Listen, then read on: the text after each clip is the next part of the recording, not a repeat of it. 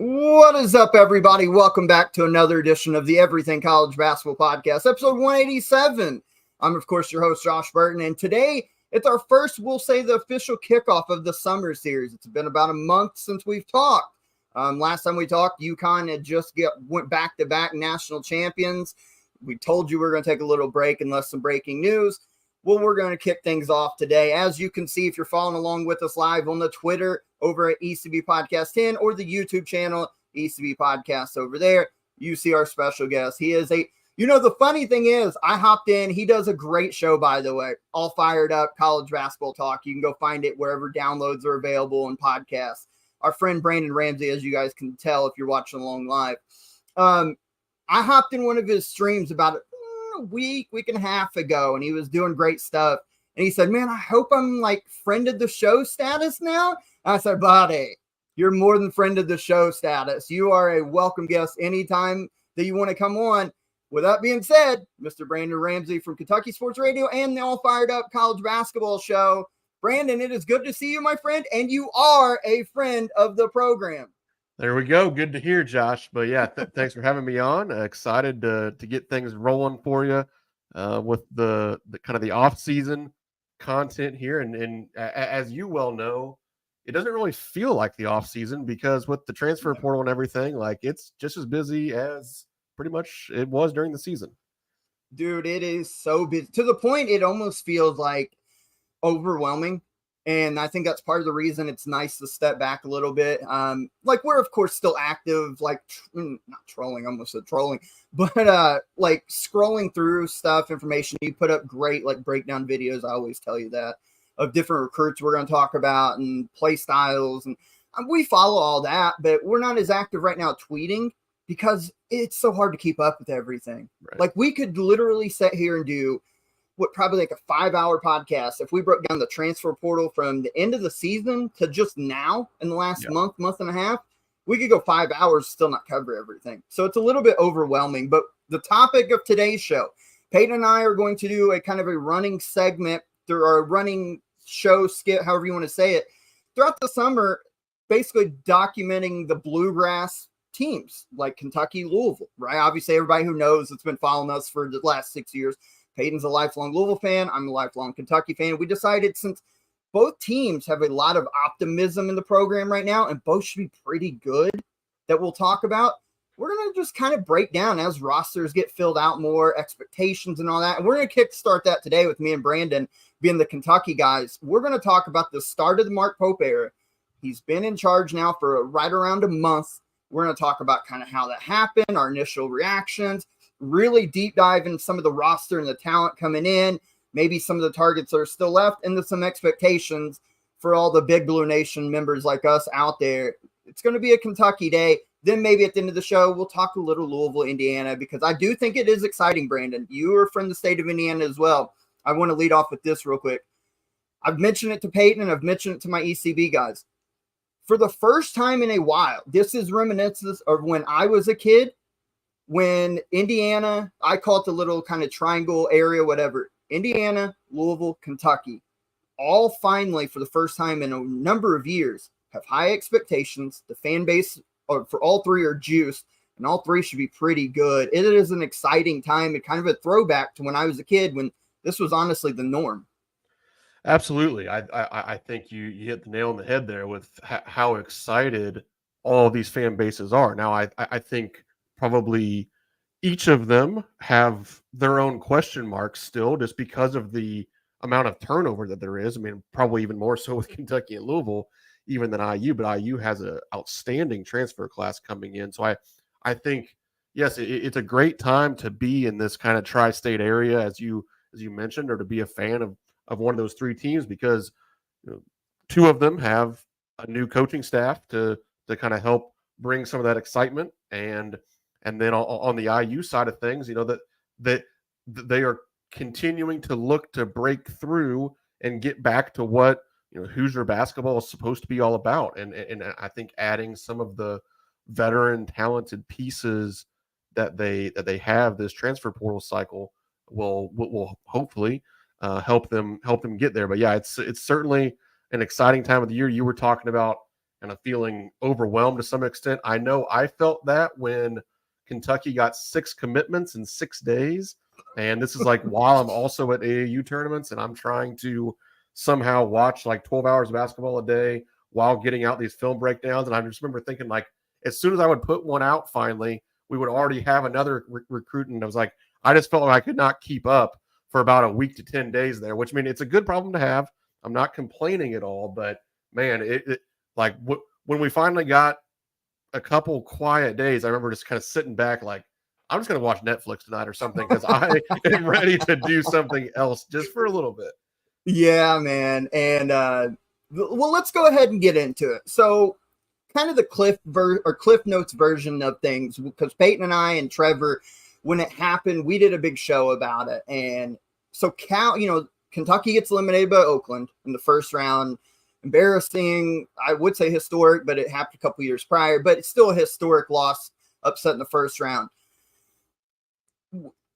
The questions around Big Blue Nation were, all right, we can't keep going like this. But then it got reaffirmed between Cal and Mitch Barnhart that he's coming back. All right, well, let's turn the page. Maybe staff changes will occur, all that.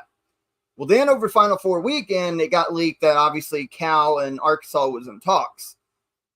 Cal leaves for Arkansas. The search begins. This is where things got real nutty because we heard all the names. We heard Scott Drew. We heard Dan Hurley. We heard Billy Donovan, finally, for the third time, maybe coming here.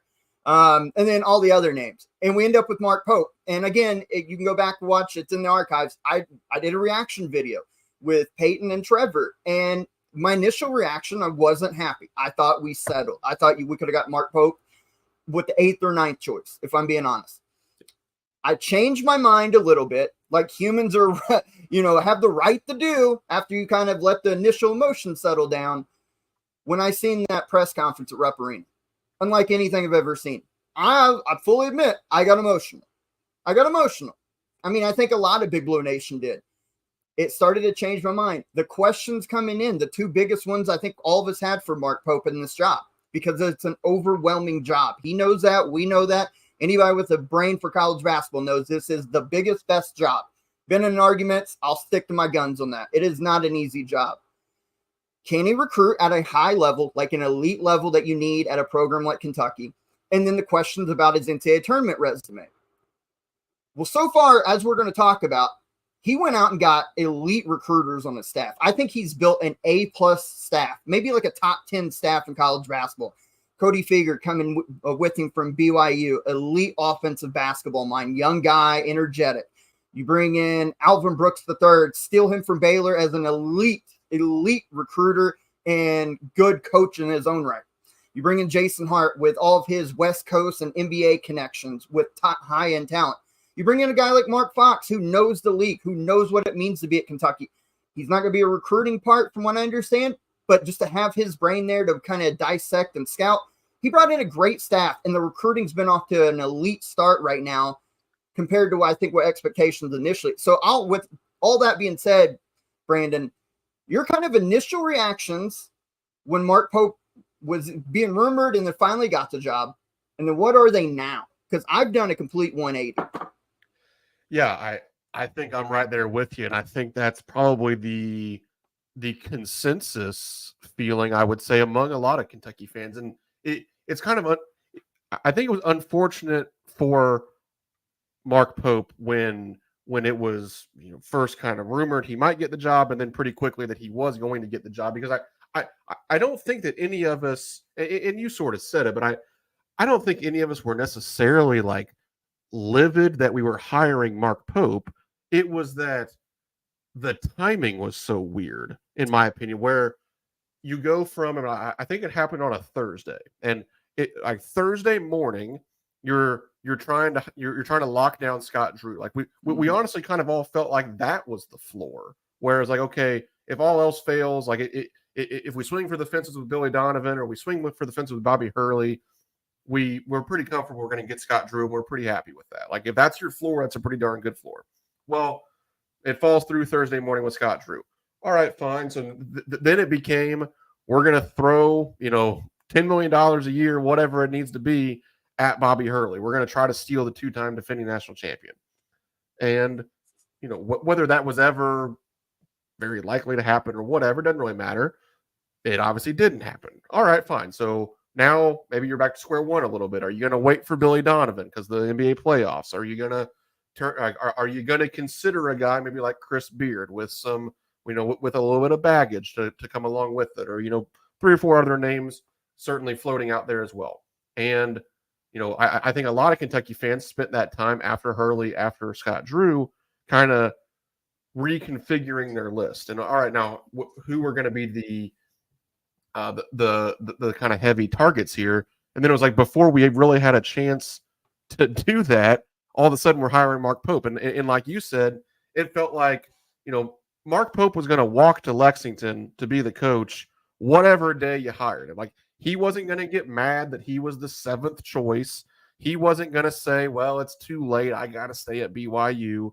Like, because BYU wouldn't even expect that of him. Like, he doesn't have to worry about like burning any bridges or being a bad guy, because like, he would have walked and crawled here whenever you made the call. And I think that what we learned, and this is okay, it's why you or I aren't paid to be the athletic director at Kentucky. Yeah.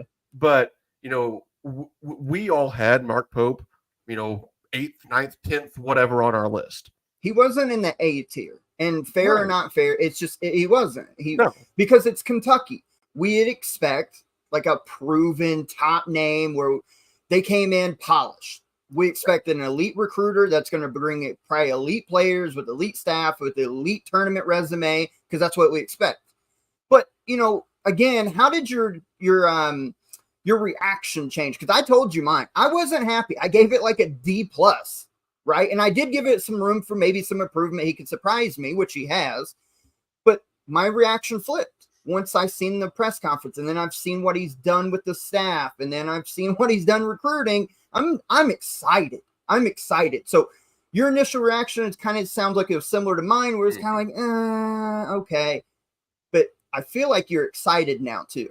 Very excited, and for a lot of the same reasons, because and it's something I've talked about some, either on my shows or on Twitter or whatever. Like, winning the press conferences and winning the radio interviews and all that stuff, like, it doesn't matter once the games start. But it's May. It was late April. Now it's early to mid May. Like, there aren't basketball games to win or lose right now, so you might as well at least win the press conferences. And man, has he just knocked him out of the park. So I'm very excited, because I do think we have this feeling now of Big Blue Nation being as together as it's been probably since we won a national championship. Like, I'm not sure if we've all been pulling in the same direction this heavily. And I think him being, a 1996 national champion and having worn a Kentucky jersey, I think that helps with all that. And then you see it pay off with the team that he has built. And I think that a lot of us are probably pleasantly surprised with the roster that he has built. And I say that, maybe the star power isn't what we're used to as Kentucky fans, but I think we all understood, when you go from John Calipari to Mark Pope, like, even if you win at the highest levels, you're going to win at the highest levels differently. It's not going to be 5-star McDonald's All-Americans. It's going to be, 22-year-olds that maybe have developed over the course of 3 or 4 years. You're going to have older dudes from mid-major schools or from lesser situations. And I think his ability to fit pieces together, it has been really impressive, where you're truly building a team and a cohesive roster, as opposed to, and this isn't a shot at Cal, because it worked at the highest levels for a long time. It just didn't work as well the last few years. But I think in years past, it was always, let's collect the talent and then let's figure it out from there. Now, under Coach Pope, it is very much, let's piece this together as we're going and have a cohesive unit from day one. And I think that we are now 10 out of 13 spots towards having a very cohesive, very competitive, and still pretty darn talented roster. So yes, I have gone from some of that early trepidation and kind of skepticism to unbridled excitement at this point. Yeah, and so you brought up a couple good things I just want to touch on real quick. Yeah, I mean, there was a divide like the last couple years under Cal. would last 4 or 5 in particular, there was a rift. I've written about it. Multiple people within the program, outside of the program, have written about it, that Big Blue Nation was just fed up. And you talked about now, maybe not the talent, the overwhelming kind of NBA talent. It's a different type of talent we're getting, but this is what we've been asking for.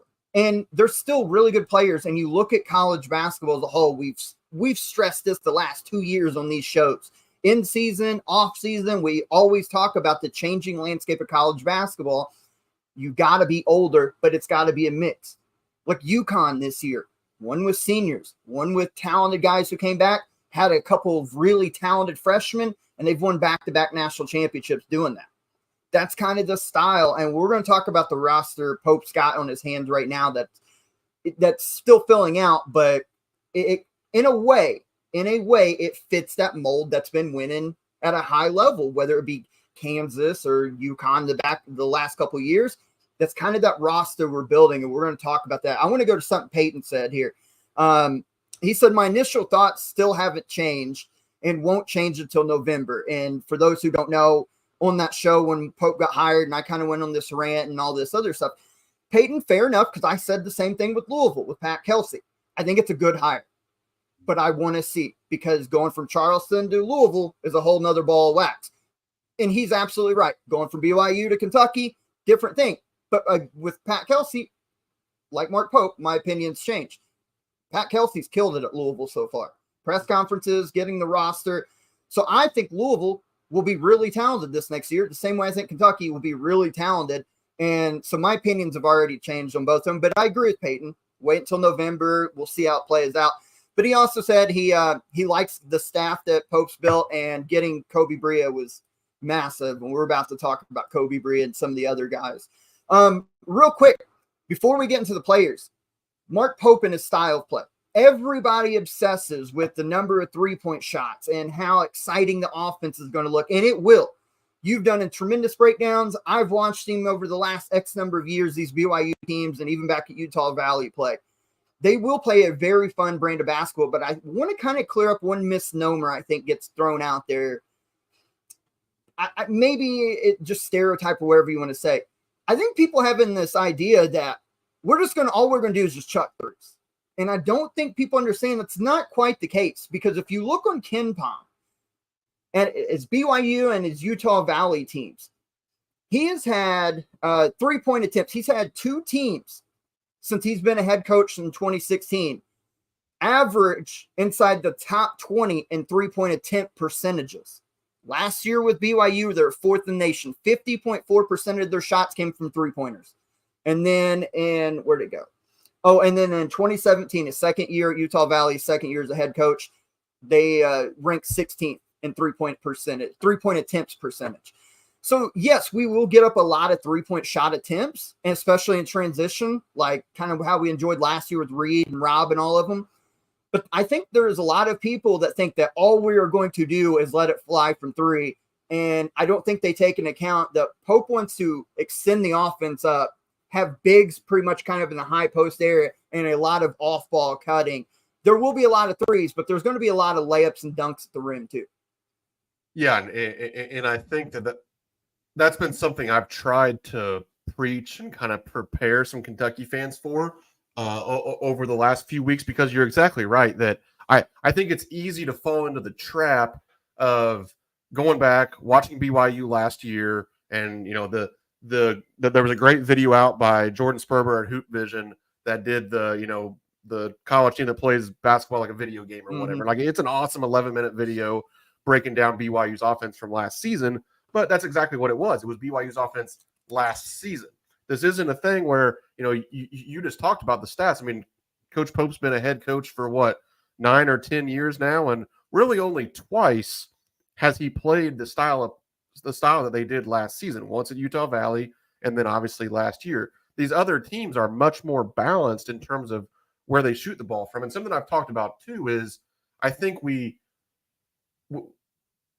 a lot of times Kentucky fans like to always say, like, well, this is Kentucky, this is Kentucky. Well, I think that where that comes into play here is that when you're at Utah Valley, when you're at BYU, sometimes you have to do things a little bit more drastically in order to try to compete at the highest levels. Like, BYU was going from finishing sixth in the Mountain West to going to play in the Big 12 last season. And they actually finished better in the Big 12 last year than they did in the Mountain West the year before Think of because college football. So I just want to add to your point. Think of college football. When an underdog plays like a heavy favorite, that's when you'll see on like fourth down and 4th and 12, instead of going for the field goal, they'll try to fake because you got to do gimmicky stuff to try to compete.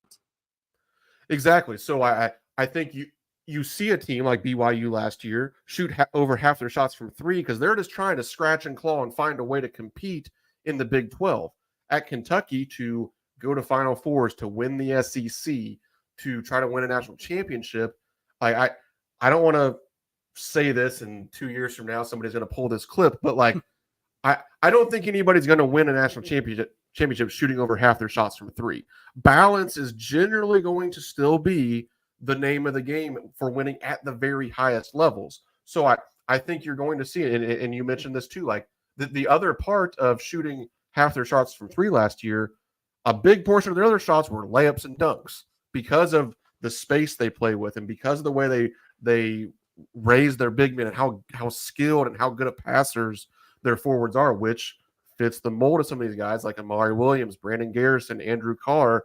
The Kentucky front court so far, all these guys are good passers. Andrew Carr can space it as a shooter as well. So I think you see these guys fit the mold a little bit, and I think you're exactly right.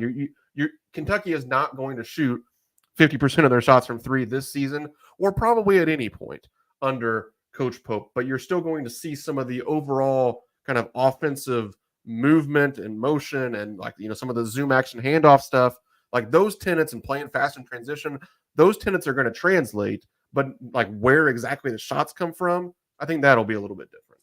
And the other two things, I think that, again, there's this misnomer because they take a lot of threes, especially in transition, like a 3-on-1. There are going to be a lot of, if it's not a throw at the rim or like an alley-oop, it's going to be a lot of pull up or drive, catch and shoot and transition threes.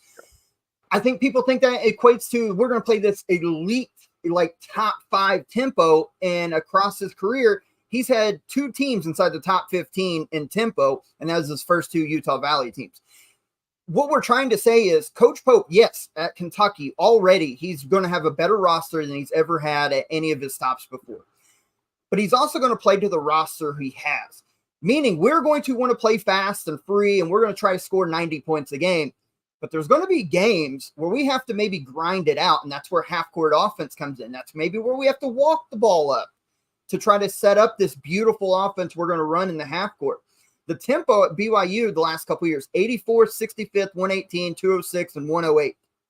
I mean, that's about average. Sometimes the odd year, like the last 2, has been a little faster. But it's not going to be just this nonstop, like Alabama assault all the time. It's going to be a nice balance depending on who's in, personnel he's got overall, how the game plan and game flow is going. It's going to be a lot different from Cal. Like, we're going to see more adjustments. And again, on the defensive end, he has mentioned kind of the throwback style, the way he played with Coach Pitino, the stuff that I love. When I coach, my teams always press if I've got the dudes to do it. I think we're going to see a little bit more pressing, which I beg Cal, with all the athletes we've had, especially last year when we couldn't guard anybody. Let's press, speed the game up. I think we're going to see more pressing after made baskets, a little bit more zone at times. I just think there's going to be a lot of switching and opportunity depending on how the game flow is going and the opponent in which we're playing, which is a beautiful thing. Having balance, like you said, is a great thing to have. Keeping your opponent off guard and making it impossible to scout, that's a great thing to have. Absolutely.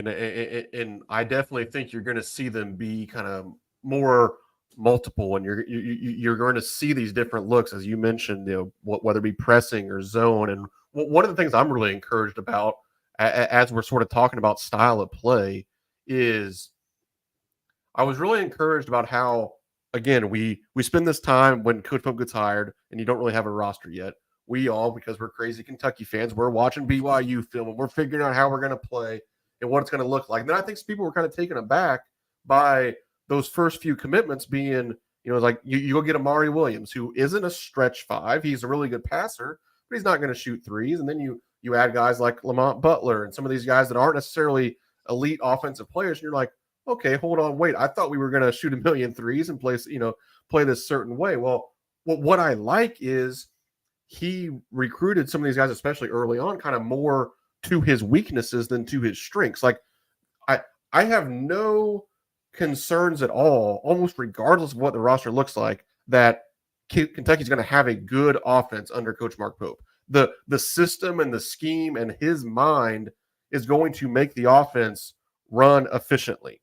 But he hasn't always had the greatest defensive teams. And again, going back to needing some balance to win at the highest levels at a place like Kentucky compared to BYU, you're going to need some dudes to grind things out defensively. And when you go get Lamont Butler and Amari Williams and Andrew Carr and Brandon Garrison and Otega Owe and these guys, like, he went and got a bunch of the best defensive players in the portal because he trusts that he'll figure it out offensively. And it's not like these guys are bad offensively, but he went and found dudes who first and foremost are going to guard. He's not going to have to worry about like coaching up the defense a bunch because there's, hundreds of games of experience with these dudes guarding at a really high level, and then he'll make them good offensive players. So I'm really excited about that fit in terms of the Coach Pope system as well.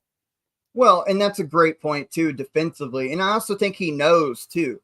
Like, I think the first year is last year at BYU, them going to the Big 12, and not only, how should I say this? Not only improved him as a coach, I think it opened his eyes, because playing in a power conference like the Big 12, who's been the best conference in the country the last couple of years, the physicality of like Houston and these Baylor teams and even Kansas with their down year, they're still very physical.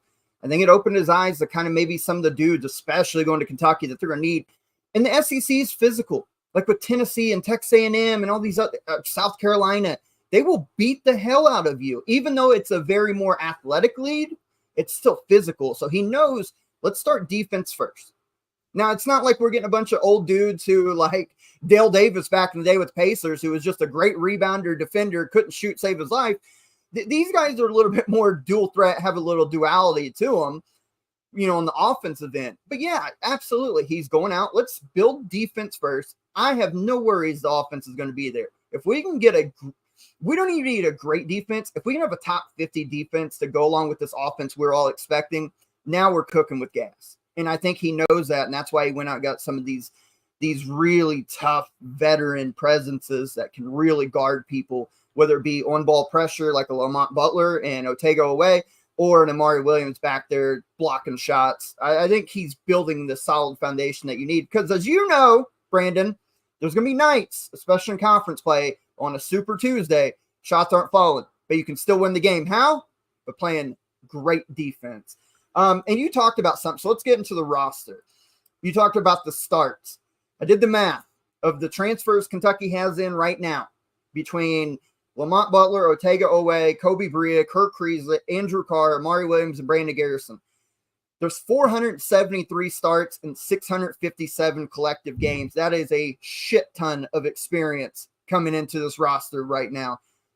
Let's start with kind of the backcourt first. Let's start with Lamont Butler. He was really the first guard that committed as far as transfers go. 9.3 points per game last year, 2.6 rebounds, averaged 3 assists, shot 30% from 3. I know that's the big hang-up for everybody. We're supposed to be this offensive team. We're going to have a point guard that maybe is not the greatest. But you did some diving into this. He is a much better catch-and-shoot 3 guy, which in this offense, with the dribble drive, or not the dribble drive, but like the cutting, the passing, moving, all that stuff, he's going to have more spot-up 3-point shots, you would imagine, and his percentages go up when he has his feet set. So I love this addition. It's a veteran dude. Hit one of the biggest shots in NCAA tournament history 2 years ago to put San Diego State in the national title game. He's a clutch player. He's going to get down and defend. He's a great leader. He started 102 games in his career. I love the fit of Lamont Butler. When you see Lamont on this roster, what are you seeing? Yeah, I see a guy that's been a part of winning at the highest levels, and I think that matters a ton when you're trying to kind of bring the pieces together.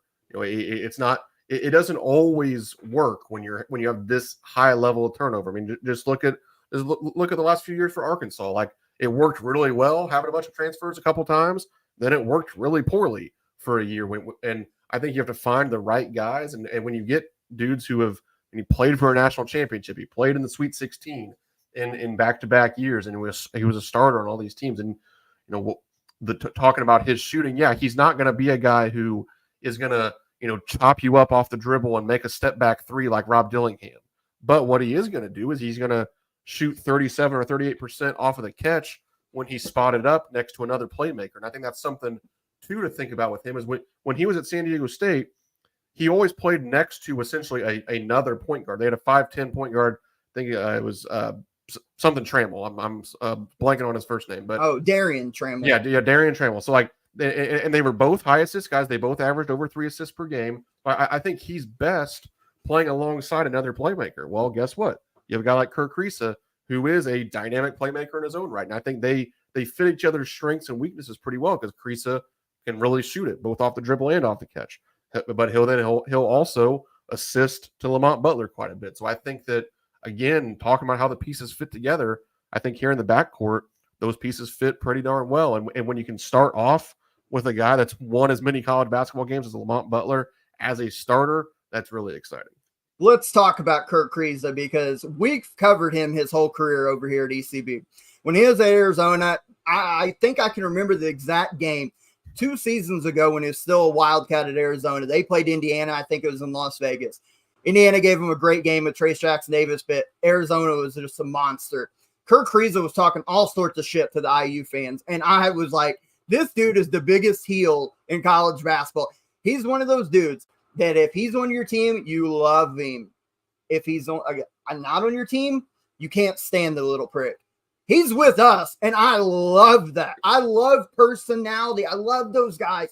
I know it's not for everybody, but I love those guys that'll hit a shot or get a steal and get up in your face and be like, yeah, what are you going to do about it? I cannot wait until looking ahead when he hits a bunch of threes against like Arkansas or Tennessee or whoever, and he lets the crowd know about it. Oh my God, I cannot wait. You're talking about a guy who has started in Kirk Kriisa, played for Arizona, played last year for West Virginia, has started 93 games in his college basketball career, 93 of 99 games, averaged 11 points last year, 2.5 rebounds, 4.7 assists, while shooting 42.4% from three. He's like a career 40% three-point shooter. He's going to be a lead guard that can play a little off ball too, especially we talked about spot up, catch and shoot, in transition, getting his feet set. We need that kind of personality, that dog in this lineup from here on out, not just this next year, but from every year. I like that kind of mentality. I'm going to love watching Kirk Kriisa finally be on the right side of my favorite team this year. When you look at Kerr, man, I know you talked about him a little bit, but what a little shit disturber he is, but he's our shit disturber now, and the dude can absolutely ball. I love this addition. And it was surprising. I had no idea we were linked to him, by the way. Right, yeah, and really that was true with a couple of these guys. I mean, heck, we didn't really know that much about Lamont Butler until they were on the plane to go see him, and even there was some misdirection there. But yeah, with Kriisa, man, I mean, everything you said about him is absolutely true, but he can really, really play. And I think some people people probably get caught up a little bit in last season of West Virginia. Like, let's face it, West Virginia stunk, but it was also an absolute dumpster fire. It was a tough situation with, I mean, we benefited from it a little bit. Yeah. Like we all know what caused that. And, it wasn't the greatest situation having to replace their, legendary coach that late in the process. They just didn't really have the pieces. But you go back to, this guy was a sophomore starting point guard on a team that was a number 1 seed in the NCAA tournament. Then he was a starting point guard on an Arizona team that was a number 2 seed as a junior. And I know those teams didn't go on to have the postseason success that maybe they would have liked. But again, you win 30-plus games with him as your point guard. Like, I'm not going to sneeze at having him be our point guard. So, and especially when you consider this is a guy that I think as a sophomore in Arizona, he made 83 threes the next year, made like 61 last year in only about 23 games or so. Like, this guy can absolutely shoot the crap out of the ball. And again, we talked about with Butler, how he fits next to Kriisa, vice versa. You make up for some of the lack of shooting from Lamont Butler when you have a guy that you can pretty much pencil in for 2 to 3 threes per game. At least that's what his career would tell you to this point in Kriisa. And he's also a 4 to 5 assists per game guy. And then all of those kind of intangible aspects where, yeah, like Rupp Arena is going to eat him up when it's rolling. And yeah, it might not be rolling every night, but it's going to be rolling a few times, and it is going to be incredibly fun. It's going to be amazing. And I guess the one downside is he is a little turnover prone, but those are fixable stuff. And sometimes his turnovers come by trying to make a play. He has the right idea a lot of times, and he's trying to fit a pass in that maybe his skill set doesn't allow, but he's going to like pass ahead, especially I keep talking about transition. He's going to pass ahead or find the right guy more times than not. So I'm not necessarily worried about the turnovers. If he averages, let's say 4.7 assists again to let's say 2 turnovers, it's still that 2-to-1 ratio. And I'll live with that. I'll live and die with that from Kirk Kriisa. The other backcourt members that we have right now, as far as transfers go, you mentioned Otega Oweh coming in from Oklahoma, 11.4 points per game last year, 3.8 rebounds, shooting 37%. He's a 36% career. So that's about his average, which is, the baseline we always like to say is 35. So anything over that's good. Started 37 games in his Oklahoma career. Another really athletic defender, highlight playmaker at the rim. Another guy that in the kind of the catch and shoot. I think if you ask me of everybody, and there's still roster spots to be determined. I think if you're asking me for a guy that's primed for kind of that breakout, like SEC, like all SEC type of year, I think Otega Oweh, because he is such an athletic freak. He is a really good on-ball defender. I could see him thriving in Lexington. I'm really excited about this kid. And I think he's still kind of flying under the radar to a lot of people nationally. I think he's primed for a potentially really breakout year this year. I think he's flying under the radar even among Kentucky fans right now. And I do too. Yeah, I agree. I think it was just because he was part of that run where there was so many commits in such a short period of time that, it was just bound to happen that one or two of those guys would kind of fly under the radar. And yeah, I mean, we're talking about a guy who is one of the highest level perimeter defenders probably in the transfer portal. And Oklahoma was, they were probably like the first or second team left out of the NCAA tournament last year. It's a team that won first according to the committee. Yeah. So even ahead of Indiana State. Yeah. Team that won 20 games, playing at, arguably the best conference in the country in the Big 12. And he was their second leading scorer. So a lot of our, time and energy is spent about what he can do defensively. But again, he's the second leading scorer on a legitimately good team last season. So it's not like he can't put the ball in the basket. He's a guy that's going to make catch and shoot threes, which we talked about with some of these other guys. And yeah, athletically and physically, he has all of the tools. And what I've talked about some with him is to me, Otega Oweh is everything we ever wanted Adu Thiero to become.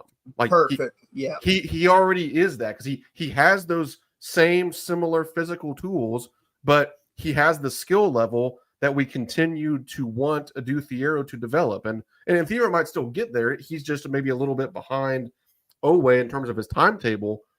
But like Otega Oweh already has a lot of those skills that we always wanted Thiero to get. And I mean, we all wanted Thiero back pretty badly as is. Well, now you just upgraded that position with a guy who's already done it at the highest level. So yeah, I'm really excited about what he could bring to the table. And I want to make a point, let it be clear, of all the players we're going to talk about, when we talk about their averages and percentages, and people sometimes, especially in this fan base, get caught up, well, he only did this, or like a Lamont Butler, oh, he only shot 30%. You guys act like you can't improve. You act like we've never seen a guy work hard in the summer, improve their shot, and come out and light it up. DeAndre Liggins could not shoot his first 2 years in Lexington, but he led us to a Final Four. He wasn't a great shooter, but he became a capable shooter in that run in 2011. There's guys all the time in the summer, well, he shoots 30%. That doesn't mean that's what they're always going to be. So keep that in mind too.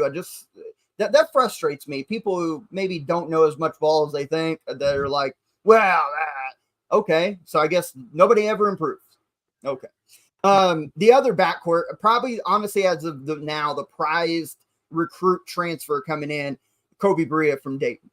11.1 points per game, 3.8 rebounds per game, 49.8% from three. He's a 43% career three-point shooter. He made over 100 three-point shots on 201 attempts. And the underrated fact nobody's talking about, 87% from the foul line. So if you foul him, he's going to more times than not make free throws, which is huge. And again, this offense that's going to rely on a lot of cutting off ball that could give you wide open looks with how high the offense should be extended, shooting in transition. I mean, what a player. His final five, Kentucky, Kansas, Duke, North Carolina, and Connecticut. That's how prized this kid is. And he only started 21 games in his career, but he was always one of the first guys off the bench, gets his shots up, can absolutely score. What a pickup for Coach Pope and company. Kobe Bria, it's going to be hard to like replace, quote unquote, Antonio Reeves. But if you're going to, you're getting a guy who made more threes and shot it at a better clip. I mean, Kobe Bria, I think, is going to be absolutely beloved in Rep Arena this next year. Making 100 threes at essentially 50% is like it's hard to even like just describe how insane that is. If you had nobody in the gym and shot 200 threes, to make 100 with nobody guarding you is hard. Right. Yeah. I mean, they're really good shooters that's kind of a baseline. Like when you get into college, like when I was coaching in college, like you want all of your guys to be able to make 50% of your completely uncontested, again, like, you know, not necessarily trying to rush it. Like if you're just standing there in practice shooting 100 threes, like you better make half of them. Well, he does it in the stinking games. And it's incredible, especially with the way he runs off of screening action. And the other thing that I was really encouraged, and, you know, I'm not going to sit here and act like I watched a million Dayton games last year. I watched him play a couple times. I knew who Kobe Bria was, but I didn't have a great feel for his game. Like, I mean, you mentioned he didn't start a lot of games for them. And as much basketball as I watch, I'm not super in tune with the bench guys at Dayton. But like when I start watching his film, like he's incredibly good off of the dribble. Now it's not going to the basket necessarily. That's going to be the difference between him and Antonio Reeves. Like Antonio Reeves just became so good from 2-point range last season. At least to this point, Kobe Bria hasn't shown that this year. And I think it's not Jack Golke numbers, but like it was kind of close. Like it was like I think 201 threes to like 45 twos last year. So he's not going to take very many twos, but he can create threes off of the dribble. And that's something I've always talked about when you're wanting to increase 3-point shooting volume. And that's something that's always been a hot topic for Kentucky fans. You know, there's been a lot of years under Cal where we felt like we didn't shoot enough threes. Well, I've always said I thought one of the biggest reasons was we didn't have guards a lot of times who could create their own threes. We had some catch and shoot guys like, you know, CJ Frederick and Kellen Grady, guys like that. Like they were mostly going to stand there and catch and shoot. Well, you can only catch and shoot so many threes over the course of a season. And then you also need some pick and pop guys. Like I think having guards that can create their own, and then a pick and pop four-man that's kind of a matchup issue.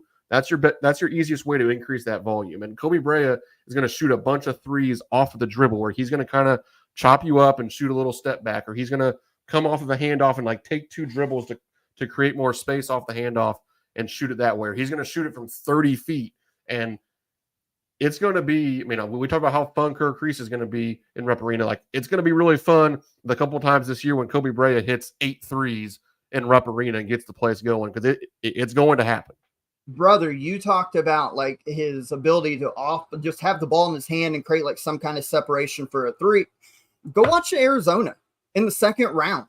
When Dayton gave Arizona all they wanted and more, Kobe Bria was hitting some insane. He had 14 in that game, made 4 3-point shots on 8 attempts, which was that 50% byline right there.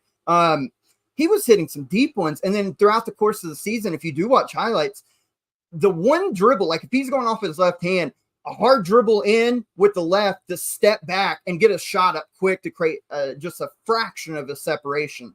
And I'm with you. I think there's going to be some nights this season, this upcoming year, where he hits maybe like 8, 9, 10 threes, just blowing teams out. I'm so excited to watch this kid play for the Wildcats this upcoming year. And again, don't listen to rival fans who are like, we didn't want him. His final 5 were all blue bloods. So I miss me with all that. Let's talk about the front court transfers real quick. Andrew Carr coming in from Wake Forest, averaged 13.5 points, 6.8 rebounds, 1.5 assists again. Another really good, sharp passing big man. Shot 37% from 3. You know, and he makes free throws. Again, kind of like I talked about Bria, 78% last year from the free throw line. Really good for a big man. So that means if he goes to the post and isolates, he gets fouled, he's going to make free throws more times than not. So you got a big who's 6'10", 6'11", give or take, that can step out and stretch the floor and hit a high percentage from three, that can play you in the mid post, kind of Dirk Nowitzki style. I'm not calling him Dirk, I'm just saying. And then you can go on the low block if he has a mismatch and go to work. And he played in a good conference. You know, ACC's been down, but Wake Forest had their runs there at times, and he was arguably their best player at times behind Hunter Salas. I love this fit. I think this is another guy that is primed for a really big year. He showed it already at a high major level. He did it at Delaware before he even got to Wake Forest. I love this fit for Andrew Carr. You talk about players that fit Mark Pope's system. You got a big man who shoots a three, that can play you in the post, that is experienced, tough, and he can pass in this offense. I think Andrew Carr is another one of those dudes that can make one of the 2 or 3 all SEC teams and have a really big year for the Wildcats and be a big piece. If Kentucky makes a run, it's going to be guys like Andrew Carr that's kind of the catalyst just as much as backcourt players. I love this fit and pickup. Yeah, I think with Andrew Carr, and we talked about it a little bit earlier when I was talking about defense and how, you know, maybe a few of those first pickups from Coach Pope in the portal like didn't necessarily fit exactly what we all dreamed of. Like Andrew Carr fits exactly what we all dreamt up when we watched those BYU offensive clips and we thought about what it could look like at Kentucky. Andrew Carr is the type of guys that we all thought we would be getting.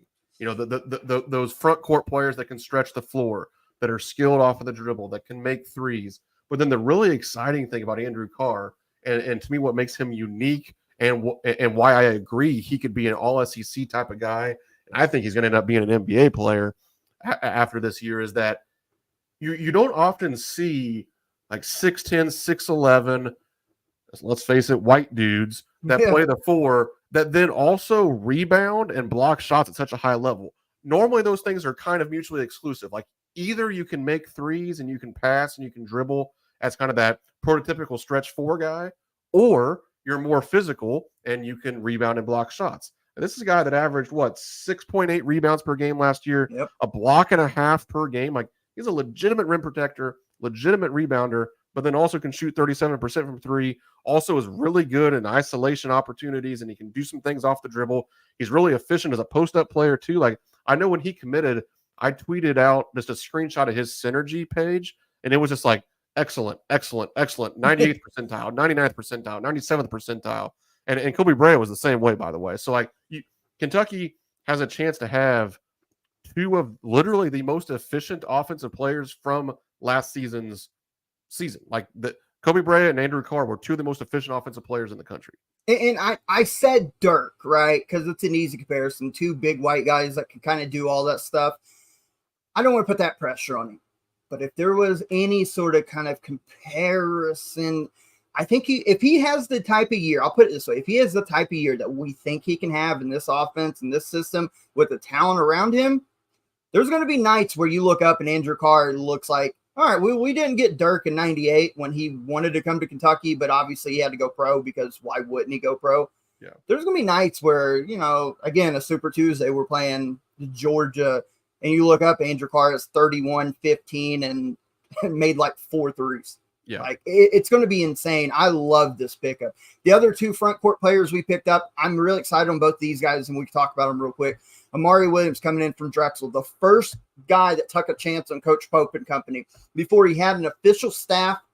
I mean, I think maybe Cody Feger had been announced by then, but the first guy to commit to this project, to the new era of Kentucky basketball, took a chance, 3-time in a row CAA Defensive Player of the Year. And for those who don't know, the CAA is a good mid-major league. Our guy Trevor covered them for 40-some games last year. Got to watch the tournament, everything. That's a good league. The 3-time reigning defending Defensive Player of the Year. He blocks shot at an elite level, big, physical, gives a dominating presence inside, averaged 12.2 points per game, 7.8 rebounds, 1.9 assists from a 6'11" big man that got double teamed a lot in the CAA that could pass out of it. 1.8 blocks per game over his career, started 79 games in his career. I love this pickup, man. As a rim runner, as a passer, and again, an extended higher post offense. can pass out of the low post with the shooters we've got around him. I think he could absolutely eat. Plus, again, you look ahead to some of the physical matchups, the Tennessees, the A&Ms, the whoever in conference play. That's the type of guy you need that maybe Kentucky's lacked here in the last year or so. That physical body, that's experience, that will rip through somebody and dunk on him if he needs to. I love this pickup of Amari Williams. And then we can talk about Brandon Garrison real quick after that. Yeah, I think that there's a few things that really stand out with Amari Williams to me that make me as excited as I am about him. First and foremost, I think coming out of last season and as we were kind of taking this reset of Kentucky basketball that kind of, came with a coaching change. I think there were three things that probably every Kentucky fan kind of agreed as like a wish list. Wanted to get older, wanted to get more physical, wanted to get better defensively. I think those are, three pretty fair places to start that we all kind of wanted to check those boxes. Well, Amari Williams checks those boxes about as well as possible. He's an older dude. He's played 105 college basketball games. He's 6'11", 250 some odd pounds. And he, as you said, is the 3-time Defensive Player of the Year in the CAA. In a good league, man. A good league. A very good league. So this is a guy that blocks shots at a really high level, rebounds at a really high level. And then secondly, you listed off all of the stats. The thing to keep in mind, all those stats that Josh just listed out, Amari Williams did that in 22, 23 minutes a game. Yeah. So like this is a guy that is efficient. Like, his assist numbers don't give credit to as good of a passer as he is because, again, he's not playing the whole game. So like his assist rate on KenPom was really high, and he fits much better into a Coach Pope offense than what some people would think. Like Drexel played him in a way that some of those BYU 5-men played a lot last season. Like he's involved in handoff action out on the perimeter. He's catching the ball at the top of the key and kind of initiating offense going to either side. He's hitting guys on the back cut.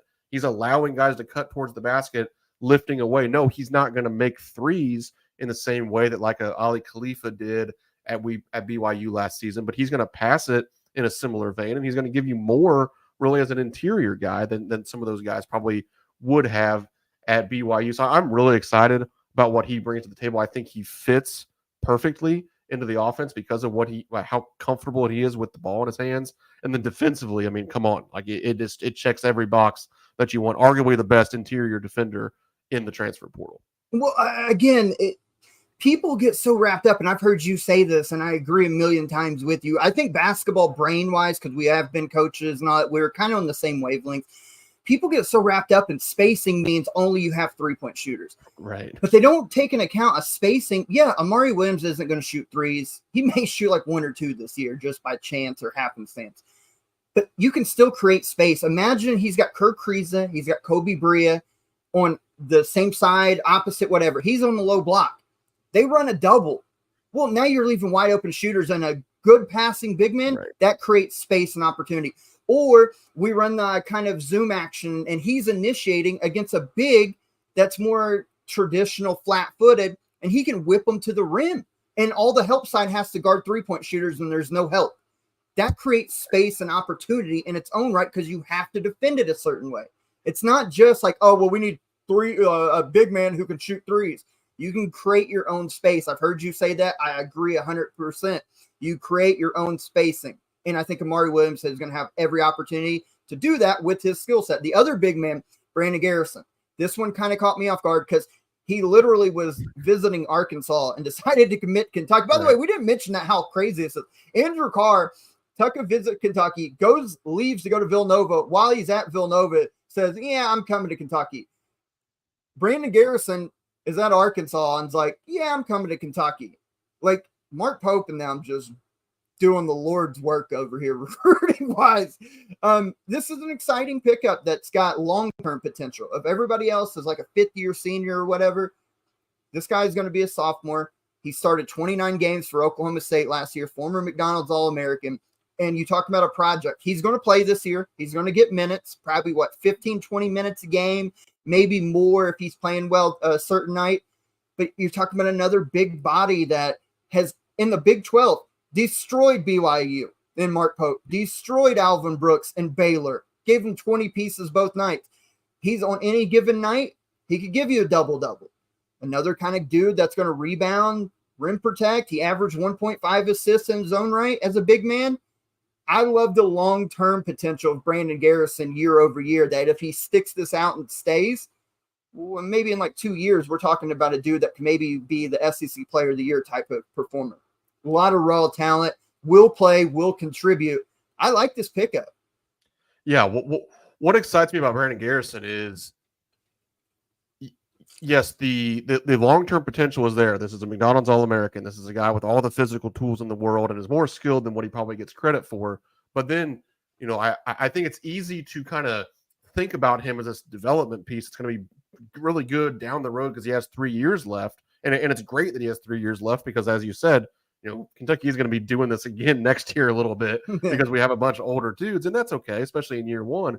But he started essentially every game as a freshman in the Big 12. Like, we're not talking about some guy that isn't ready to contribute at a pretty high level. He was good in the Big 12, and he had some games, as you mentioned, that were great. Like, he looked like a guy that was going to be a star down the road at times as a freshman. He, again, another guy that can really pass it as a big man. He has really good footwork.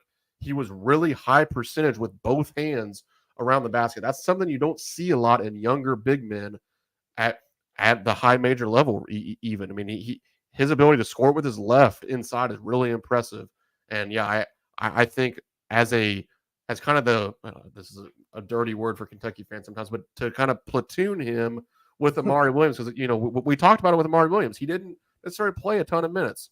So if you play Amari Williams 23 to 25 minutes and you play Brandon Garrison 15 to 18 minutes, and you can kind of, flip that game to game based on fouls or who's playing well. Like, getting 40 minutes a game from those two guys at your 5, I feel really good about that position, and I can just pencil them in and say, you guys go to work, and I feel like you can combine for, 20 points, 15 rebounds, and 5 blocks a game from those two guys.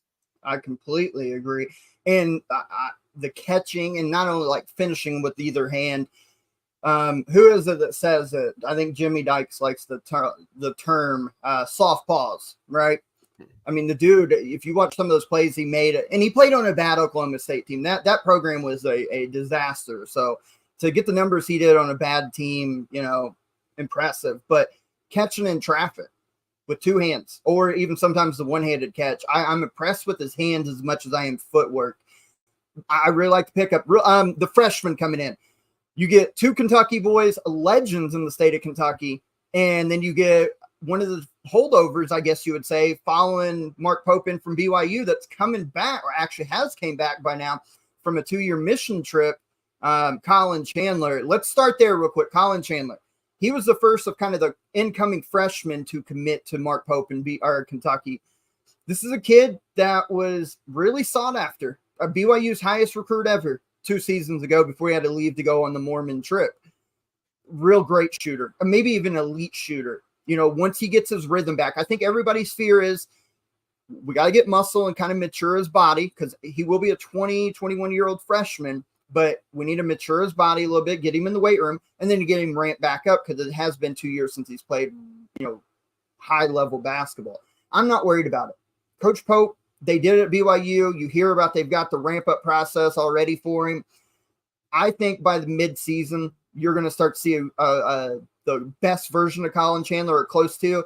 And this kid can play. If you watch his highlights on AAU, athletic. I don't even want to say sneaky athletic. Like, he can go dunk on somebody, like really put it on their head while being an elite shooter, a secondary ball handler. I love the potential of this kid. And if he can get back to the levels of where he was 2 years ago before this trip, I think this is a kid that could be flying under the radar, that could have some major nights in conference play. Absolutely. I think he's probably the most he's probably the most ready, I think, of the freshmen, despite not having really played for a couple of years. And as you mentioned, I know that's a very unique case to us at Kentucky, and essentially to everybody in college basketball. So it's easy for people on Twitter to be like, well, like, oh, you're excited about the guy that hadn't played in 2 years? Yeah, okay. Well, yeah, it's unique to all of us. It ain't unique to Mark Pope. Like, he's done this, every year, multiple times with guys that end up playing in the games and are good. This is something that he is very used to. It is not unique to him, and I have no doubt that. I mean, this is a guy that was a top 40 recruit coming out of high school, and as you mentioned, he's very athletic. He's a little bit stronger, but the athleticism is there from day one. The shooting ability is elite. I think that he's a guy, as you mentioned, especially as you get into the season, it would not shock me at all if you hear his name called some. But I think that's the great thing with really all of the freshmen, counting him as a freshman, with Trent Noah, Travis Perry, Colin Chandler, with the way you've built out the rest of the roster, and with hopefully some of these names still to come. I think that pretty much anything you get out of any of the three incoming freshmen is sort of just icing on the cake. I don't think you're not going into the season needing or expecting any of them to help you a lot. But if one of them surprises you, like, not to compare any of them to Reed Shepherd, but like if one of them is better than you think, well, all right, fine. And they're obviously going to play, but you're not going into a season saying, all right, well, we better get 15 points a game out of this freshman. No, you're not necessarily going to need that. If they surprise you and give it to you, well, then you're just that much better. They finally can, for the first time in forever at Kentucky, freshmen can be freshmen. They can grow into it over the course of the year without the weight of the world on them for the most part. And Colin Chandler is the type of dude over historically that has went to like a Duke and absolutely killed Kentucky. That's why I'm so excited when you watch him play. And I have no worries he's going to get back to the shape and the basketball ability he needs to be at. I think there's something special about this kid. And I think as the season progresses and he gets his legs back under him, we're going to have something special coming off our bench. Maybe even Slotty Man if he gets that good starting lineup every once in a while. I think Colin Chandler, of all the kids, has kind of that special quality about him that we can see early on. I'm really excited about that kid. You talked about Travis Perry, Trent Noah, two Kentucky boys, legends, top 5 all-time in Kentucky high school scoring. Tyler Perry, everybody knows about, scored over like 5,000 career points, broke the all-time record, won a state title last year, kept his commitment to Kentucky after Cal left. He's a Kentucky Wildcat through and through. Just real quick on the Kentucky boys. Trent Noah just kind of committed, he did commit to Kentucky yesterday after earlier in the week getting out of his NIL to South Carolina. This is a case where, especially in Trent Noah's case, the difference between Mark Pope and John Calipari, because Cal probably does not take Trent Noah, but Mark Pope will, because they fit what he wants. They fit guys who can shoot. They're probably going to be here for a while, that know and understand what this means because they are in the state of Kentucky. So they're always going to play with the passion. They're going to bring kind of that Kentucky spirit to this roster that will be needed. I love both of these pickups. Will they produce right away? I don't know. They can really play, both of them. I'll tell you that. Both of them high-level 4-star kids. Perry's a 5-star in certain recruiting circles, but both of them can really play. Both of them can really shoot, and they're going to contribute. How much, we'll see, but I love the pickups of both of them. Yeah, to me, and one of the things he said, we don't have to say that Cal probably wouldn't have taken him. He didn't recruit him. Yeah, so, he wouldn't. Yeah, right. Yeah, I mean, we know he just passed on him, and then that's fine. I mean, Coach Cal he recruited a different way, but I think that Travis Perry and Trent Noah, they are exactly what I think we want this program to be about going forward. And it's not so much just because they're from the state of Kentucky, but it helps that they are, because like you said, they know what it means to be a Kentucky kid. They're probably more likely to stick around and all that stuff. But I think that you need some guys like that again, we talked about with Colin Chandler and all these guys already just for a second, but anything you get out of them is going to be extra. They can come in without a heavy weight of the burden of expectations on their shoulders. If they come in and they prove themselves and they insert themselves into the lineup right away, great. But if they're freshmen and it takes them a while or it takes them a whole season, it's okay, because we have other guys to play. And I think both of these guys at some point in their career are going to be very good players for Kentucky. Will it be this year? Like you said, I don't know if that's the case. I mean, some of these guys are going to have to not play in the games. So, it's probably more likely than not that a couple of the incoming freshmen are going to be those guys, just because of experience and the way things shake out. But when you have guys that, I mean, I tweeted it out last night. I think the math came out to like 9,100 points that these two guys Yeah. scored combined. I mean, they played each other for the KHCA state championship game last season at Rupp Arena. Travis Perry got the best of him, but Trent Noah averaged like 30 points per game throughout the Sweet 16 there in Kentucky. I mean, he shot 56% from three during the tournament, and he's a guy that's at 6'6". That's some size Made to over him as what, like well. 100 some three, like 102 Yeah. threes Yep. over the course of the year for in Yep. high school is ridiculous. Well, and it's ridiculous until you hear that Travis Perry made like 180. That's crazy. So yeah, right. That's yeah. crazy. So yeah, I mean, but both of those guys in Colin Chandler too, like they all can shoot. They all have some physical tools that need to develop, but again, they're going to be allowed to develop because they're freshmen, and I think they're going to benefit very quickly from a college strength and conditioning program, and the weight room is going to be their best friend and all that kind of stuff. But I'm very excited about locking down a couple in-state kids. I think that's going to be a cornerstone of Coach Pope going forward. That, yeah, I mean, everybody's going to recruit the Reed Shepherds and probably even the Travis Perrys and, you know, like Jasper Johnson going down the line a bit, or Gabe Weiss in the 26 class. Like every Kentucky coach would have recruited those kids. But then you go down the line a little bit further and you take, you know, a 3-star, 4-star Trent Noah kid who's more like a top 125, 150 kid as opposed to a top 50 national recruit. You take that kid, hopefully by the time he's a junior and senior, he's like Dominique Hawkins and like some of these guys that have, Darius Miller, that have stuck around for 4 years and then contributed to winning at a really high level. And, you know, everybody's journey is going to be a little bit different. Maybe he surprises all and he's an all SEC player as a sophomore. I don't know. I hope that happens. But if it doesn't, then at some point it'll work out for these guys. And I think that they're just the perfect pieces to round out a roster. And I think that, again, going back to probably one of the first things we talked about, building a true team as opposed to just accumulation of talent and hoping it works out. I think that these incoming freshmen, the three of them, are the perfect pieces to build around for the future. Completely agree. You got one Western Kentucky kid, one from the Eastern mountain side. It's a beautiful kind of symbolic of what Kentucky, and it goes back again. The fan base feels united. You have two, not just Kentucky kids, not just like all these walk-ons, like they're high-level kids. Right. And it's exciting. And maybe one of them has a moment. Maybe one of them has like that Dominic Hawkins SEC tournament run, or Derek Willis when he got hot his senior year. Who knows, right? But it's exciting to have them, and they both can play. They're not just because we got to get them, whatever, to placate the fan base. They can play, and we'll find out. It may not be always this upcoming year, but down the line, you'll see that it's going to pay off, and I love that. So that's kind of the roster where it stands now.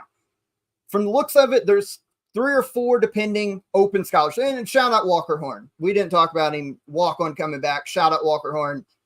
You know, he does his thing. Probably not going to play a lot, but shout out Walker Horn nonetheless. With those remaining spots, right? We've got to now wait probably to the NBA draft process. People start getting feedback and all that. But there's names out there, a couple of them. I just want to touch on real quick. The thing I keep hearing is Kentucky, all they're missing is kind of that go-to guy, that guy that can really put a team on his back if need be and go get you 25. I'm not completely sold on that as everybody else, because I think this system allows for more good pieces to kind of make up for that. But I would agree, I guess, in certain games, you need a big-time Antonio Reeves or whoever, Dalton Connect, whoever you want to say. There's a couple names we're linked to. There's 3 in particular. Wooga Poplar from Miami, obviously Jackson Robinson from BYU, and Chaz Lanier from North Florida. If we only get one of them, if you had to put your money down on it, which one of the 3 comes to Lexington to be kind of that scorer, go-to, late in the shot clock type dude? If I had to put my money on it, I think, you know, the odds are probably still in the favor of Jackson Robinson, just because of the familiarity with Coach Mark Pope. And I also think that some of that familiarity and continuity would probably be best for Kentucky as well, just to have a guy that's actually played for him and obviously has had a lot of success for him as well. But yeah, I mean, you're exactly right with the 3 names. And I think that Robinson probably seems still like the most likely outcome. But the good news I think for Kentucky is as long as you get one of those three, I really don't think it matters too much I don't either. which one is. I think all those guys can be your kind of star scorer. That they're all guys that probably would immediately become a favorite to lead you in scoring next season. And I think that is. I mean, I completely agree with you in terms of kind of trusting the system a little bit more than like feeling like we need that one go-to guy. But let's face it still helps to have a go-to guy. Of course, yeah. And, Late shot clock. I mean, you're always right. going to get late in the shot clock at some point throughout the game. Yeah. So I think adding one of these three guys is what you want and kind of need to do. And then, you're probably looking at, in my opinion, adding a backup 4-man still probably. I think you have a role there for some minutes still to go around. Then heck, that gets you to 12. And I know, I think it was Jack Pilgrim that had mentioned probably kind of holding off on that 13th spot and kind of seeing if something happens super late. I mean, heck, like what happened for us last season, or whether there's a late reclass guy to snatch up or whatever it may be. So I think you see Kentucky probably round out 2 of those spots and then probably kind of hold that 13th scholarship for later in the process if somebody, asks out of their NLI, just like Trent Noah did, or if there's a late transfer to a coaching change or whatever it may be. But yeah, I think if you start with adding one of those 3 that we talked about, then you start to feel like you're in a really good position with this roster. Yeah, I'm in agreement. I think go get one of those 3 as like the big time kind of the scorer type of dude. And then you definitely need a backup 4. It doesn't necessarily have to be an Andrew Carr mold, which would be nice, but just another backup 4 because you'll need that size. Carr can't play all the time. And I don't know how much you want to run Garrison and Amari Williams together, because then that maybe does bog down the offense in a way. So you need another 4-man. I think if you're asking me, I'm with everybody else. I would prefer Jackson Robinson because he's 6'7". He does have a little SEC experience playing at Arkansas to start his career. He got way better. I'm tired of hearing Arkansas people, well, he was not very good here. Well, people struggle their first stop and then go off and be great elsewhere. I mean, it happens. Yep. He was really good for BYU. 6th man of the year in the Big 12.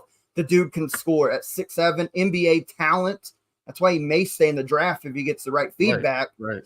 Can step back 3, can attack the rim, all that fun stuff we've talked about and love. He would be the guy for me. But if you get one of the 3, then I think you're cooking. Go get a backup 4, and then I'm with you. I think you hold off the scholarships. And even if nobody asks out like NIL or nobody reclasses late, then you give them to to walk-ons or whatever. You still got 12 really good talent or 11 really good talent. You run with it. And I think Kentucky's built a roster that can compete, especially if you get like a Jackson Robinson or Chaz Lanier or whoever, Wooga Poplar. With that being said, as we start to wind things down here, we've talked about all these players and the roster, the expectations. Now, we still do have a couple more to go, right? We've talked about that if you get a Robinson, whoever. But just kind of looking ahead, as soon as we get one of those 3, we get whoever is about. What's your expectations now? Yeah, I think as we sit here today, I feel like Kentucky's already built a top 25 roster. I think this is a top 25 team in college basketball going into next year, just with the 10 dudes that you have. I think when you add in those final couple spots, as long as one of them is, Poplar, Lanier, or Robinson, I think then you're pushing more like top 15. I think at that point you have a real chance to compete to win the SEC. I think you have a real chance to compete as one of the 15 best teams in college basketball. I think we all are going to be really hesitant to predict anything for the postseason because it's such a crapshoot, and obviously that's been the monkey on our back in recent years. And the first game that Coach Pope wins in the NCAA tournament is going to be his first one. Yeah. Do you think though, with this roster we have now, and again, assuming we get one of those 3, do you think that, how should I put this, second weekend, do you think we can get to the Sweet 16? Yes. Because I do. Everything you said, I agree with. I think right now it's top 25. You get one of those 3, maybe like a top 15 preseason type of team, because this roster, defensively, we've talked about, offense is going to be there. You got an elite coaching staff, brilliant offensive minds. You've got everything you need. to compete. I think the only teams that they'll be behind the SEC preseason, Alabama will be the class of the field. I don't think there's any doubt in that. No matter who we get from here on out, I think Alabama is going to be the class of the field. And then I think it's either going to be probably Arkansas just based on talent, even though I think we'll be better than Arkansas if we're being honest. But I think maybe those would be the only two would be behind. Even Tennessee, because they've got to replace a lot. Like, they're their best team maybe ever. Yeah, we'll talk about them later in the summer. But I think Alabama's realistically the only team you're going to be behind because they're going to be that good. And if you're that good behind them and they're that good, then you should make the Sweet 16 if everything falls in place and you don't, everything is what it is. So I think that there's a chance that we can get the second weekend. If we get the second weekend, you make Sweet 16. We haven't been there in over 5 years. No matter what happens with that, I'll consider it a really good first year. Absolutely. I'll consider it a really good first year. And so now that we've talked about this, I gave it a D+ when I first heard the hiring. But now knowing what I know, seeing what I see, everything, what would your grade now on May 9th be for how the roster, how Coach Pope's doing, the staff, everything? I don't know how you wouldn't give it an A at this point, really. I mean, yeah. I think both on and off the court, and I think the off the court stuff matters because of where we came from as a fan base. Like I think what he's done to unite us all matters, and he deserves credit for that. And then when you take that onto the court with what he's done, I mean, the dude got the job like 3 weeks ago. I mean, crazy. It feels like longer than that because a lot of us haven't slept much since then, I think. But like, he did all of this in such a short period of time, and he did it all with, and I'm going to have to use the comparison, and it's not a shot at Cal at all. But like, Cal only has 7 players at Arkansas right now, and 5 of them were dudes he essentially already had. Like, Coach Pope went out and he kept 1 Kentucky recruit and then brought 1 guy that was committed to him at BYU and has 8 totally different guys. Like, to bring in 8 totally off the wall transfers in like 2 or 3 weeks is incredibly impressive, especially when we're not just, throwing stuff at the wall and seeing what sticks. Like, these are really good players. They fit well together. So to me, and then the staff building as well, that's an A. Like, I think everything associated with Kentucky basketball, it's been as good as you possibly could have expected. I'm in a complete agreement. I'm in an A. You bring in Jackson Robinson, a backup 4 that excites us. I mean, A+ considering. Yeah. I mean, honestly, considering what we thought may happen in the fall off and all that. I mean, he's done phenomenal. And of course, we got to win now. The roster, the staff, the resources, all this doesn't matter if we go out and get waxed by Duke to start the year and then we struggle and have like 11 losses. So rounding this out real quick, I want to touch on some other teams, just rapid fire, and we'll get the hell out of here. Arkansas. We've talked about Arkansas, Cal, all that. He is going to have a good roster. John L. Davis coming in from FAU.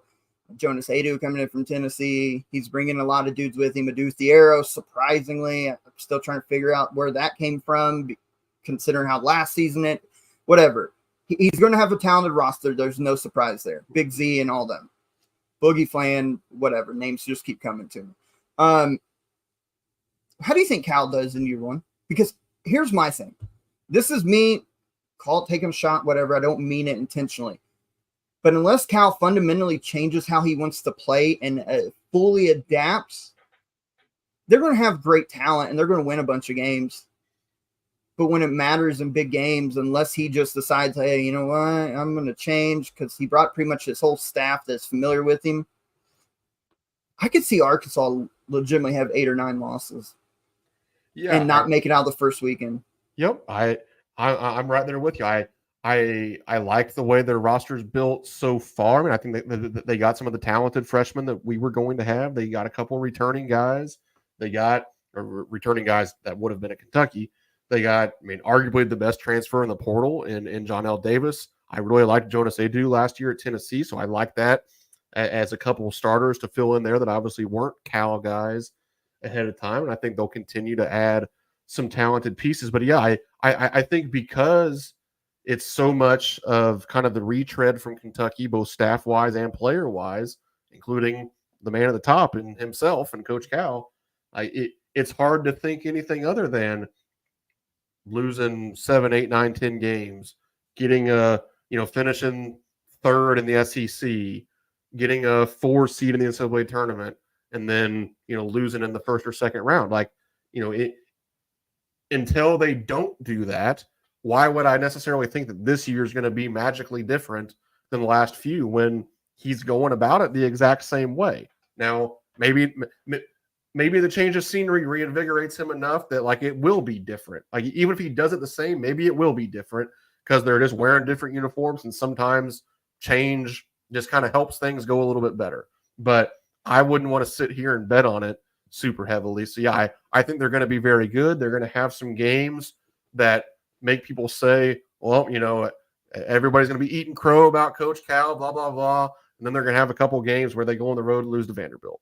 And I can see a world. I'm assuming DJ Wagner follows, right? Yeah.